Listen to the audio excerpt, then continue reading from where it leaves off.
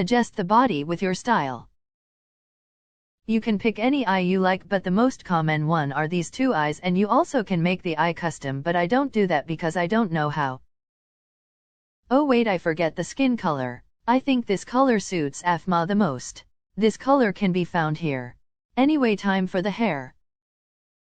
This is the hair that I use for Aphmau, but you can use your own style. Aphmau hair color can be found here. Edit the face into your style. Now for the clothes.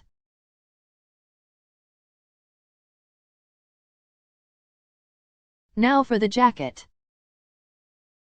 Now for the pants. Now for the shoe. Finally you're done, but you can put extra things on her if you like, for example a bow. Almost forgot the eye color. This is the eye color you want to put on. Aphmau has to be dark orange. And a moon accessory. There you go, you are done, or at least I am done. Well anyway, bye my lovely.